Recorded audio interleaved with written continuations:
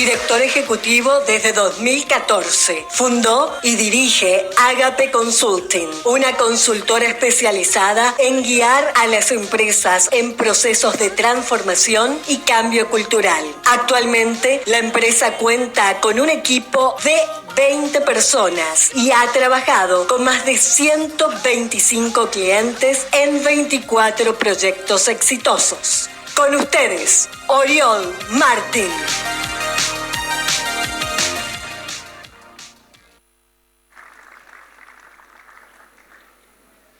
Muy buenos días a todos. Un placer estar aquí con ustedes para compartir un poco el trabajo que hacemos en nuestra consultora. A ver, perdón, ¿eh?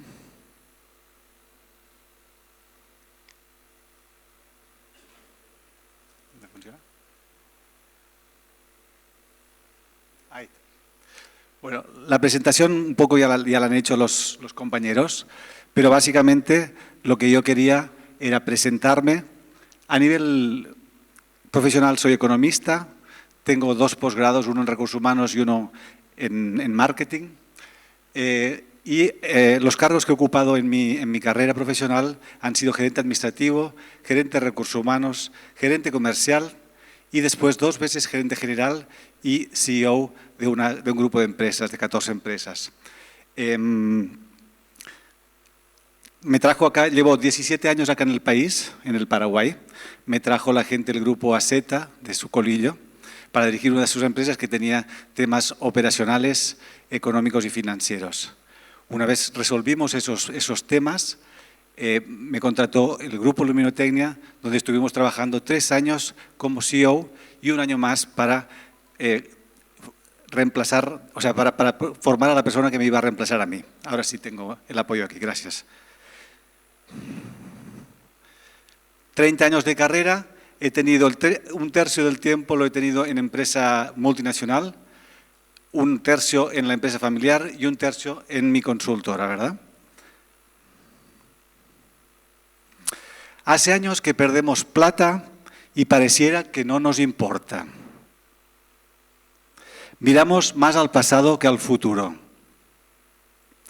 Saltamos de piedra en piedra. Se siente normal, habitual, el incumplimiento de los acuerdos. Estamos construyendo un rascacielos sobre los cimientos de una modesta casa. Tenemos muy mezclado el negocio y la familia y los amigos. Estas son algunas de las frases diagnósticas que hacemos cuando conocemos a nuestros clientes. Como verán, son llamativas algunas, pero básicamente nos caracterizamos por la sinceridad, por la transparencia, por decir lo que vemos, porque como van a ver en la presentación, consideramos que esto es clave para poder avanzar y lograr los cambios que buscamos. Nosotros somos Agape Consulting, como ya dijimos, 10 años en el mercado, 160 clientes acumulados tenemos a la fecha, un volumen de negocios de nuestros clientes de $1.000 millones, estos 30 clientes que estamos trabajando hoy, ¿verdad? Los colaboradores ya los comentamos. Y como parte del plan de cambio que hacemos en las empresas, ya hemos implementado 35 veces sistemas de clase mundial, el ERP, digamos, SAP, Dynamics, estos sistemas así. Esta es la facturación de nuestra empresa. Ya, como ven acá, la curva ha sido exponencial.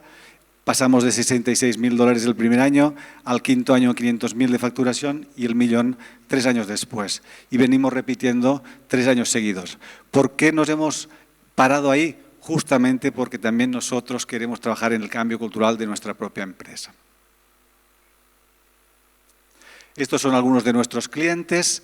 Los del grupo Sucolillo son de mi época de cuando era ejecutivo de su empresa.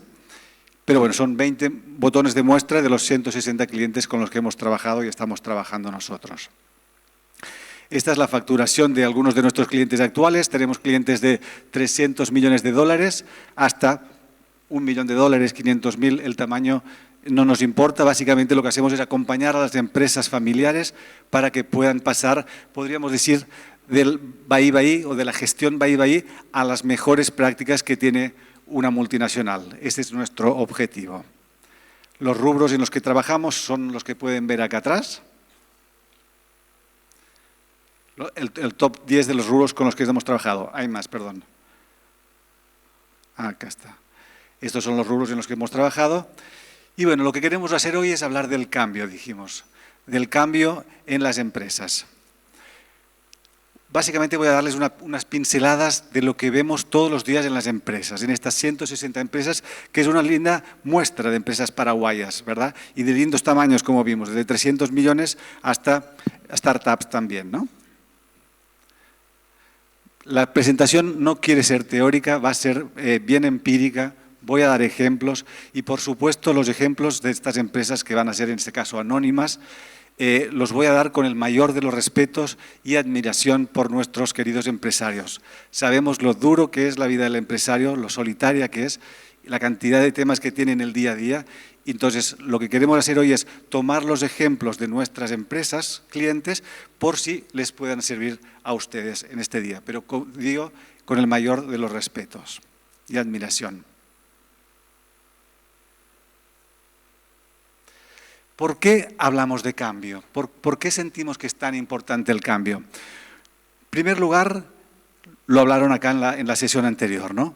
La competencia, yo llevo 17 años, como decía, en Paraguay, y los últimos 10 años ha sido brutal, ha sido el incremento de la competencia en todos los sectores, en todos los mercados. Realmente se está pasando de océanos azules a océanos rojos. Y no hace falta que dé ejemplos porque lo vemos en las estaciones de servicio, lo vemos en las farmacias, los supermercados, todos los rubros. Lo decía la gente de Cameroni con las pinturas, en todos los rubros está siendo brutal. También vienen a nosotros empresas que están perdiendo dinero. 10-15% de las empresas clientes, cuando llegaron, estaban perdiendo dinero. Por supuesto, el cambio es necesario. Muchas veces los empresarios están muy estresados, tienen la cabeza en la mano, no dan más, no duermen de noche y a veces cosas peores, ¿verdad? Los empresarios muchas veces también están hartos, cansados de su gente, no saben cómo manejar, quieren tener empresas que no tengan gente. Y esto estoy hablando de casos reales, por supuesto. A veces los clientes también vienen nosotros muy endeudados. Hablábamos acá anteriormente de que cuando crecemos muchas veces tenemos que pedir préstamos y a veces no hacemos los números adecuadamente. Decíamos también que somos muy emocionales y a veces esto nos juega en contra. Ustedes sabrán bien que lo recomendable es tener una deuda financiera de 3,5, 4 EBITDAs, no superar eso. Han llegado a nosotros clientes con 20 EBITDAs de deuda y eso son problemas, Houston. Directorios con muchos hermanos. También vienen a nosotros empresas que todos los lunes a la mañana se juntan en reuniones eternas, en reuniones altamente emocionales, en reuniones donde los números brillan por su ausencia y los temas son repetitivos.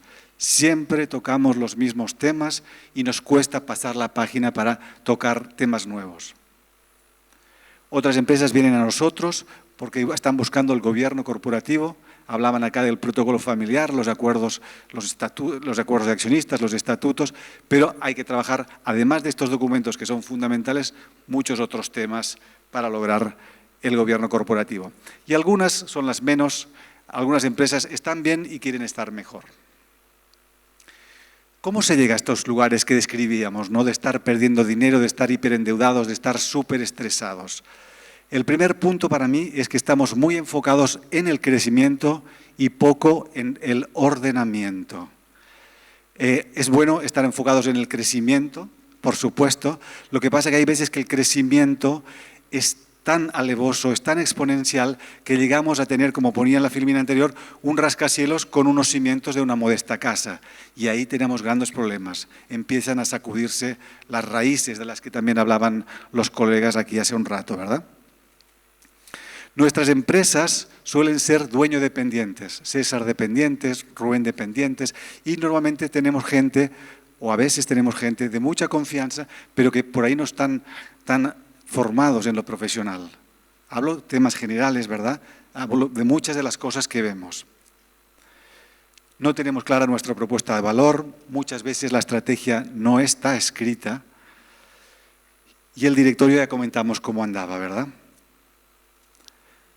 Pocas veces medimos mercado y hemos trabajado, como decía, empresas que tienen 30, 40, 50, 80 años y no tenían un presupuesto base cero. cuando digo presupuesto, digo un presupuesto desde el SKU, la sucursal, la división y el consolidado, ¿no? O sea, proyectar mes por mes cuánto voy a vender de cada producto. Eso normalmente nuestras empresas clientes no lo teníamos cuando arrancamos. Y nuestra contabilidad es fiscal y no refleja la realidad económica. Son parte de los problemas que nos llegan a estos estados que describíamos anteriormente. Falta una buena base de procesos, no tenemos el ERP, el Sistema Integrado de Gestión, o el ERP no es de clase mundial, o es de clase mundial y no está bien implementado. Hay muchos problemas en nuestro país con la implementación de los ERPs. Entonces nos encontramos que tenemos un ERP, pero tenemos un Excel en paralelo y tenemos 50.000 manualidades, lo cual hace que no podamos apretar un botón y tener nuestra contabilidad de gestión a fin de mes, sino que tengamos que hacer 1000 malabares para lograr esos números tan preciados. Los indicadores muchas veces brillan por su ausencia. No gestionamos los quiebres de stock ni los sobrestock muchas veces. La auditoría interna que empieza a tener nuestras empresas campa a sus anchas. No le damos mucha bola. Rara vez tenemos control interno. Y el rol de los hijos, bueno, veíamos las opiniones diversas que hay aquí. Hablaba Miguel con esas ganas de formar a sus hijas y que estén desde el primer día. Y tenemos a veces hijos que son muy capaces y otros que no lo son tanto, o a veces hijos que quieren trabajar con nosotros y otros que quieren ser artistas. Y eso a veces no lo respetamos e impacta en nuestras empresas. Hablaba ahí también de cuñados, por ahí lo pasé un poco más rápido, pero también tenemos cuñados y cuñadas, ¿no? La pregunta es, ¿cómo salimos de estos lugares complejos donde perdemos plata, donde estamos estresados, donde no nos da la caja?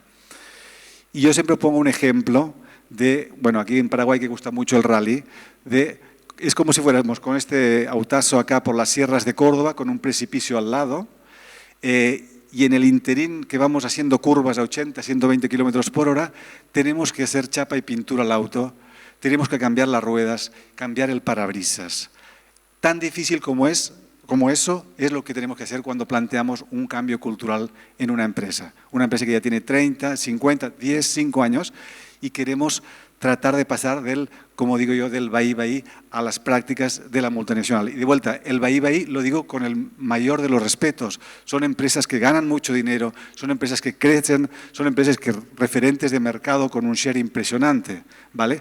Pero en el mercado que se viene, decíamos, con el grado de inversión que también se mencionó acá, tenemos, o nos conviene, creo yo, trabajar mucho en el ordenamiento para poder seguir después trabajando en el crecimiento o gozando del crecimiento, que sabemos que realmente es lo que más gusto da.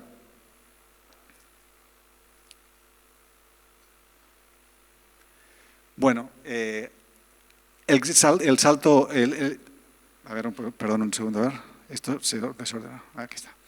Bueno, muchas veces me preguntan, ¿cuánto dura este proceso de cambio, no? ¿Cuánto dura el proceso de cambio? Y la respuesta es depende. ¿De qué depende? De estas cosas que están acá enumeradas, ¿verdad? Tamaño de la organización, el nivel actual de los perdón, lo pongo acá, que están haciendo una foto, el nivel actual de los interlocutores.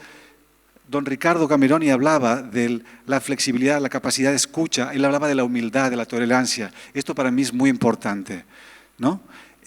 Como más apertura, como más humildad tenga el empresario para dejarse ayudar, para dejarse acompañar, más ágil va a ser el cambio.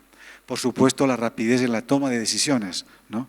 Una vez nosotros propusimos el cambio de un contador en una empresa y se tardó 6 meses. Evidentemente, en paralelo íbamos haciendo otras cosas, pero esos 6 meses son más responsabilidad del empresario que de la consultora que acompañaba, ¿no? Y por supuesto también de cuán lejos queramos llegar en el cambio.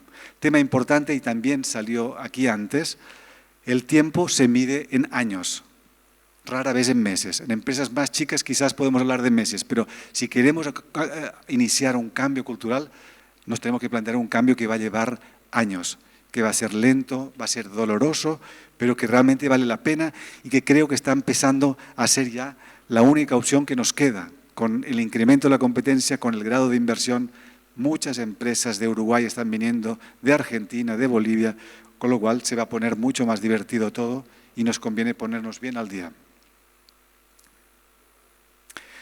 Muchas veces el cambio no sale a la primera, nos toca llegar a empresas en las cuales ya han tenido 2, 3 consultores, a veces 5 consultoras anteriormente.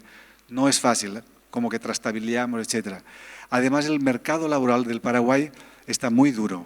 Hemos visto en los últimos años que estamos compitiendo todos por los mismos recursos. Hay mucha gente capaz en cantidad, en valor absoluto, y hay mucha gente que hay que formar en porcentaje. Entonces, lo forman unas empresas y se van a las otras. Nos tocó en una empresa que trabaja vendiendo, es una automotriz, digamos. En 5 años tuvimos 4 gerentes. Cuando encontramos el correcto, vino el número 1 del mercado y nos sacó ese gerente. Y esto es real y pasa, evidentemente, la frustración, la bronca a flor de piel, pero tenemos que volver a empezar, no queda otra.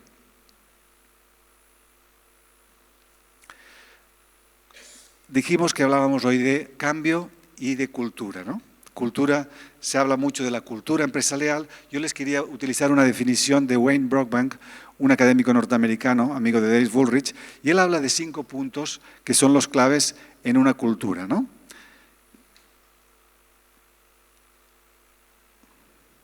El edificio corporativo o la infraestructura, ¿no?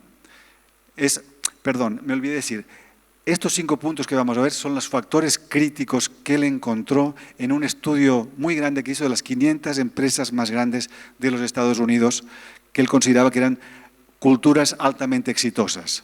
Y estos son los puntos que él encontró que definían a esas culturas altamente exitosas. El edificio era uno, el organigrama era otro, premios y castigos, por supuesto, los aparentes y los ocultos que hacen a la cultura.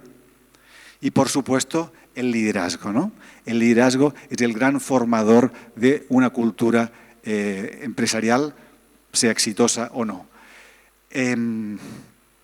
Yo voy a pasar todos un poco rápido, pero en el organigrama y en el número 1, que no está aquí expuesto, es que me voy a dedicar más tiempo, porque es el que me llamó más la atención a mí en su momento.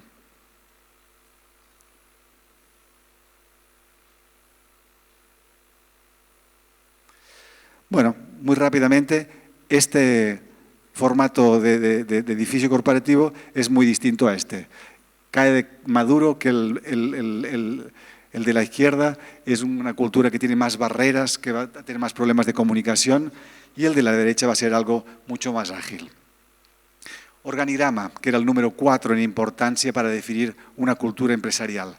Este es el organigrama de Aguas Cordobesas en el año 2000. Yo era gerente de recursos humanos y nosotros teníamos una empresa que tenía 5 sedes corporativas, éramos 16 directores y gerentes, yo era un gerente de recursos humanos, como digo, y 500 personas teníamos en ese momento.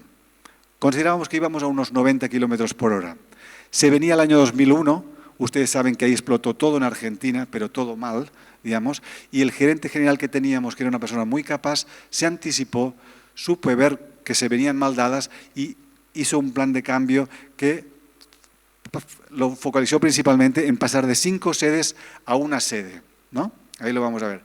De 5 sedes a una sede, pasamos a tener, vieron que se eliminó el nivel de directores, se eliminó, pasamos de 16 directores y gerentes a 9, de 500 personas me tocó a mí la negociación con los sindicatos, todo un proceso muy complejo, muy desgastante, ¿verdad? Y lo que sí que se vio claramente fue el impacto de ese cambio de organigrama en la cultura de esa empresa. Yo les puedo asegurar que esa empresa pasó de 90 kilómetros por hora a 150. Se esfumaron las intrigas palaciegas que teníamos cuando había tantos directores, las comunicaciones eran ágiles, las reuniones de gerentes daban gusto y además, ahorramos en masa salarial $2 millones, que fueron los que nos permitieron subsistir en el momento de esa crisis tan tremenda que tuvimos en Argentina, ¿verdad? Entonces, el organigrama hace la cultura. Y para mí, cuando trabajamos en una empresa, es como sacar el tapón de la bañera para que empiece a fluir el agua. Es el primer punto sobre el que tenemos que trabajar. Y esto es sobre lo aparente que vemos aquí, Y también sobre lo oculto, ¿no? Esta es una empresa ya paraguaya, cliente nuestro acá, ¿vale? Había un gerente general y en el organigrama, en las divisiones, estaban sus hermanas y hermanos. Y en el medio, el río Paraguay. ¿Qué quiere decir con esto? Que el hermano que dirigía no le podía cobrar, no podía exigir rendición de cuentas a sus hermanas y a sus hermanos. Y estábamos en una situación, hacía 10 años que estábamos varados. El mercado venía subiendo y nosotros estábamos absolutamente estancados. No fue fácil lo que nos tocó hacer, tuvimos que conversar con ellos y pedirles que salieran de ese rol de operación y que se fueran a un directorio en el que estábamos todos nosotros. El resultado, además de otros temas que trabajamos como el propósito, procesos, sistemas, etcétera, nos arrojó que en los siguientes años este fue el crecimiento de la venta. Pasamos, como ven ahí, de 54 millones de dólares a 130 millones de dólares. La rentabilidad, como ven ahí, pasó de 4 a 14 millones de dólares. Por lo tanto, el crecimiento fue exponencial en ambos casos. Estos son números reales de este cliente. El año siguiente, el 22, todavía sigue creciendo más y después cayó un poco, porque sabemos que todo sube y baja, pero ya nunca hemos caído de los 100 millones de dólares, que es el doble de lo que teníamos cuando arrancábamos, ¿vale?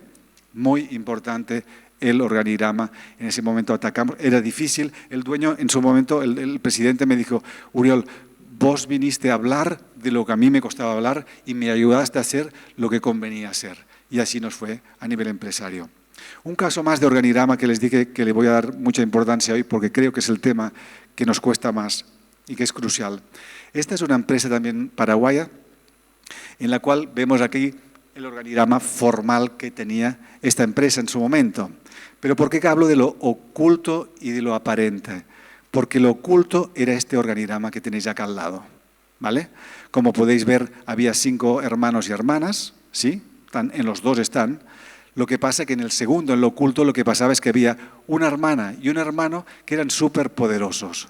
Eran los que tenían la manija, eran los que tenían el poder en la empresa, ¿sí? Pero además, como ven, hay una grieta, la grieta tipo la Argentina, entre ellos dos. Entonces, no se llevaban bien, pero eran los dos superpoderosos y eran lo que marcaban las pautas. Pueden ver ahí un gerente general chiquitito, chiquitito. Y esto no es casual, porque en el momento que habían iniciado el gobierno corporativo, con otra gente, le dijeron: nosotros no queremos que venga aquí un jovencito, vamos a decir, para no decir algo con P, que nos venga a decir lo que tenemos que hacer. O sea, ellos querían el gobierno corporativo, pero se habían buscado un gerente que básicamente, cuando lo entrevisté y le pregunté ¿cuál es tu principal función?, me dijo: mi principal función es evitar que se peleen entre ellos. Y esto es verídico. Así me dijo.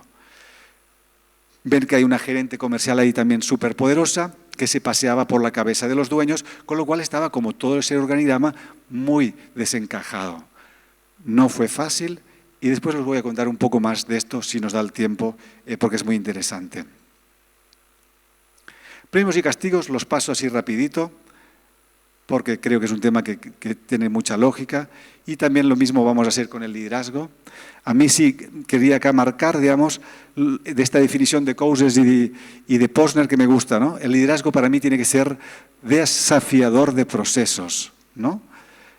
Tiene que inspirar una visión compartida. Felipa también lo decía en su presentación. Habilitar a otros para actuar. Servir de modelo, lo que los norteamericanos dicen walk your talk, ¿no? O sea, ser ejemplo y brindar aliento. Esta es una definición de liderazgo que me gusta mucho y básicamente sabemos que el liderazgo es el número 2 en importancia para lograr, para conseguir una cultura altamente exitosa en nuestras empresas familiares. O sea que es un tema que nosotros, después de ordenar el organigrama, que es lo primero que hacemos normalmente, trabajamos en ir poniendo en cada uno de los ravioles del organigrama la persona correcta. Y sabemos que esto en el Paraguay hoy no es fácil. Hay mucha gente muy capaz en valor absoluto, pero en porcentaje tenemos que formarlos y no es fácil. Y ahora vamos a ver, hablábamos de los 4 puntos que eran los que conforman una cultura altamente eficaz y exitosa, y nos quedaba el último.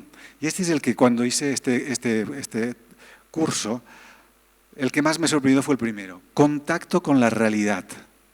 O sea, para que una cultura sea altamente exitosa, lo más importante es el contacto con la realidad. ¿Y qué significa esto? Si la empresa fuera este velero, básicamente sabemos que nuestro objetivo es que esta empresa llegue a destino lo más rápidamente posible. Para ello tiene una vela que tiene que tensar, básicamente. ¿En función de qué? Del mar y del viento.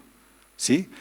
El contacto con la realidad sería conocer bien el mar y conocer bien el viento y tensarla en un punto que no flamee y que no pierda fuerza, pero que tampoco llegue de esto que esté tan tensa que se vuelve el barco y que se choque la empresa, que también pasa.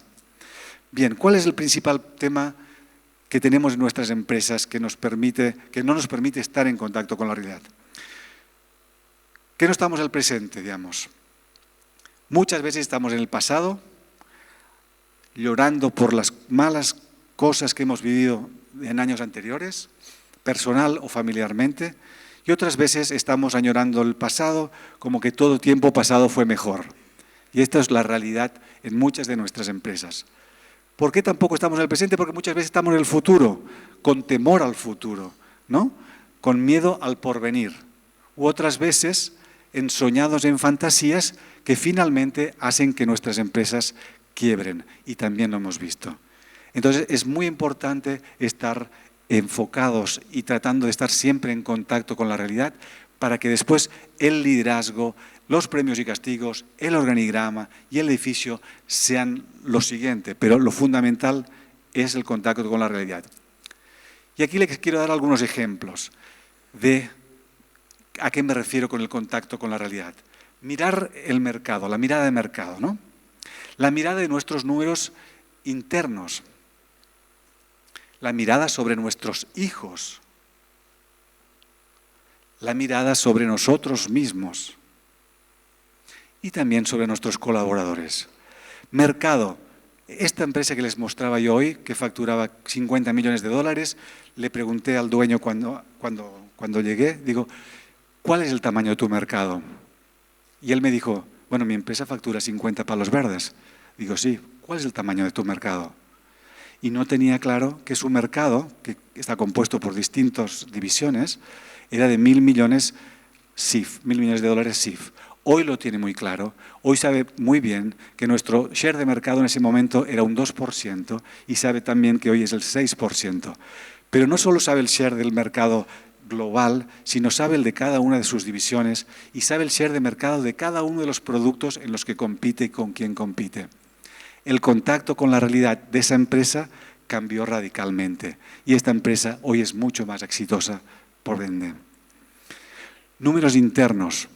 Este es un tema fundamental y que hemos visto mucho en nuestras empresas, ¿no? Y acá hay dos temas, como les decía antes, contabilidad fiscal anual versus contabilidad financiera o de gestión mensual. Y el otro tema es números económicos versus financieros. Muchas veces vemos confusión de estos temas en nuestras empresas. Y acá les quiero comentar un ejemplito del tema de la contabilidad fiscal para que vean la importancia, ¿no? Como hacemos muchas veces los números a fin de año para minimizar el pago de impuestos, muchas veces nos engañamos con los números. Y como también esos números muchas veces los usamos para pedir plata al banco, nos engañamos con esos números. ¿Cuál es el problema aquí? Que muchas veces terminamos siendo engañados por nuestros propios números. Y esto lo hemos visto. Y acá ven ese ejemplo. Esta empresa, resumiendo, cuando vimos 35 millones de dólares de deuda con el banco, el resultado neto era negativo, el EBITDA era negativo, el margen bruto era negativo. Dije, pucha, a ver cuánto vale la propiedad que tiene. Vale 22, la deuda 35. Flor de problema. Terminó la consultoría y le dijimos, vendan y nos vamos. ¿Qué vamos a hacer? Llegamos tarde. Otro caso también de otra empresa que invirtió 14 millones de dólares, una empresa del rubro financiero, que con las cuotas no es fácil llevarse, ¿no? 10 años después no se ha ganado plata y, por otro lado, el flujo de caja todavía no da. Y nosotros, en nuestros directores, seguimos hablando del sexo de los ángeles, en el sentido de si son hombre o mujer. Pero no estamos hablando del tema que toca. También fuimos engañados por no hacer una buena contabilidad. Y en el caso de los números económicos versus los financieros que les cuento aquí, una empresa que desarrolla software, la semana pasada estábamos en el directorio con ellos, arrancando el proceso, y estaban muy estresados porque habían trabajado de enero a septiembre y estaban perdiendo 5 millones de guaraníes. O sea, habían laburado al divino botón durante 9 meses. Pero trabajando un poco los números vimos que no eran números contables o económicos, eran números de un flujo de caja.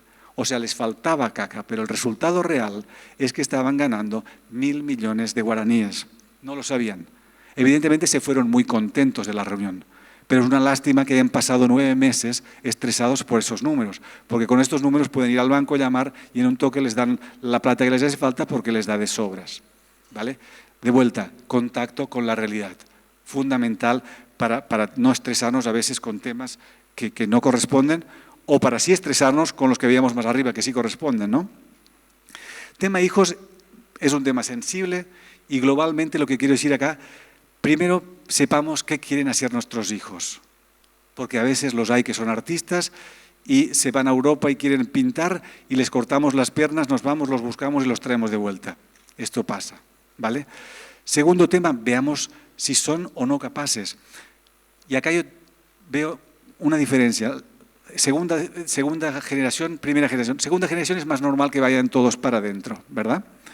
Tercera generación yo creo que es donde tenemos que empezar a medir quiénes van adentro y quiénes no van adentro, porque no todos son igual de capaces y es algo que debemos medir, porque el tema importante acá es, que lo van a ver después, ¿qué es más importante, la familia o la empresa?